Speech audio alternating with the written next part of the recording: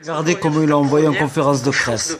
Bourré. Je faisais pas les conférences de presse. C'est le deuxième match. Je monte à l'étage en salon avec Baptiste Aloé, qui était le 19e joueur.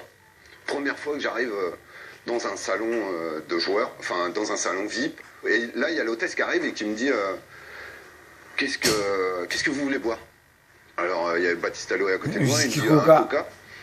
Puis je la regarde et je dis c'est possible un whisky Coca? Et elle me dit oui, bien sûr, pas de problème. Donc je regarde le match, à chaque fois que je vidais mon verre, elle me le remplissait. On fait match nul, c'est un peu tendu et tout.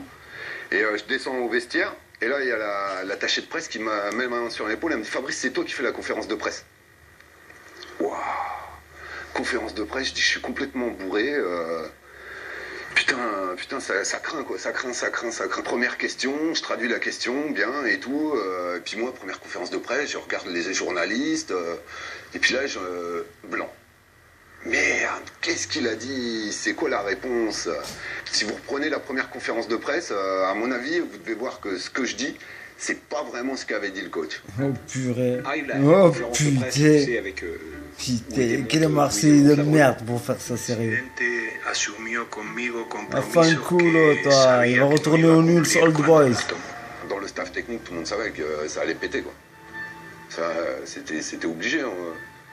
C'est à partir de ce moment-là qu'en fait il s'est rendu compte que... C'est la brune, il faut virer le SPD de la brune, gratteur de Madame lui, Dreyfus. Il a interprété cela et il s'est senti un peu fou. Et même Passy, ma parole d'honneur, Gérald Passy, ou Franck Passy. Le Passy, attention, c'est des grands joueurs hein, du Montpellier Hérault, centre formation, c'était la belle équipe. Je suis sûr qu'il est mieux que lui. Et ça marche pas quoi. Moi je me suis Ils sont partis te chercher à la gare, toi, traducteur. T'es un estras ou quoi? Je voyais bien ce que disait le coach. Voilà l'image que t'as donnée. Et à un moment je dis mais attendez là, c'est pas ce qu'il essaie de dire. Et on m'a dit non mais toi tu traduis ça. Qui t'a dit ça? C'est le coach. Je crois que c'est le coach qui m'a dit ça. Ah, tu vois. Mais bon, je voyais bien que c'était pareil de l'autre côté. Le coach était un peu énervé parce qu'il trouvait que les discussions avec les joueurs allaient pas assez vite. J'ai dit mais c'est normal coach, c'est le président qui fait les discussions mais il n'a pas que ça à gérer donc il manque un directeur sportif dans l'organigramme. Et il me dit ah ouais tu veux pas devenir? Et puis presque arrivé à l'hôtel, il me dit mais tu veux pas devenir le directeur sportif? Ouais, je le savais. J'ai éclaté de rire. C'était pas possible. Ce qui a choqué au début, c'est quand il est arrivé. Tous les joueurs, après je sais pas comment ça se passe en France, mais tous les joueurs m'ont dit bon c'est quand que le coach il commence les interviews individuelles. Et là j'ai dit bah putain on n'est pas dans la merde. Parce que lui il fonctionne pas comme ça. Truc de fou. Il allait pas justifier. C'est une bombe qu'il a lâché là. Vis-à-vis d'un joueur. Et j'ai l'impression qu'en France, les joueurs ont besoin de ça. Il fait que piquer du nez ce type. Bah, il veut faire transmettre quelque chose à Momar Bangoura. C'est sûr, il a perdu un truc depuis qu'il était petit, il est en train de le rechercher. Je dis peut-être qu'en France il y a plus de lumière, je le cherche. Regardez, il cherche toujours. Je sais pas, une médaille, une pièce, une bague de son père. Je sais ce qu'il cherche. Je redescends très vite et puis lui aussi il dit bon on va régler ça par une discussion. Il devait être un mauvais joueur pour qu'il joue à regarder le ballon. On arrive en haut et pareil il me dit bon bah vas-y maintenant on va régler ça à coup de poing quoi parce que c'est la seule manière de régler ça. Non. Et moi j'explose de rire et je m'en vais. Emplâtre-le.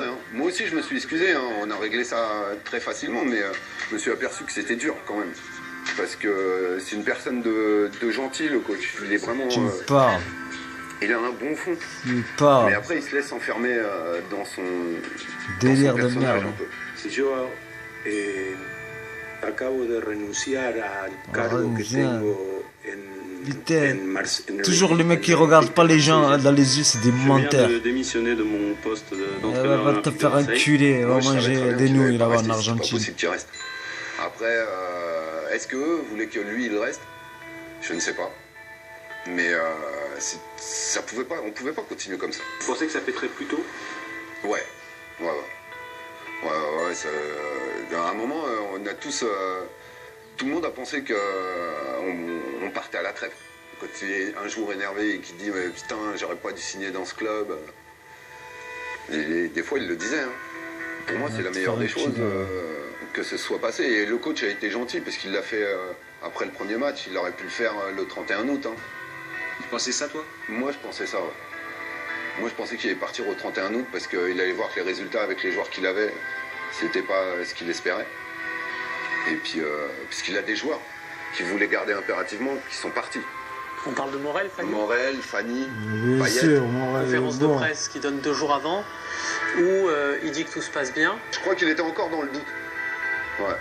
Puisqu'à chaque fois qu'il veut prendre une décision, il aime avoir toutes les cartes en main.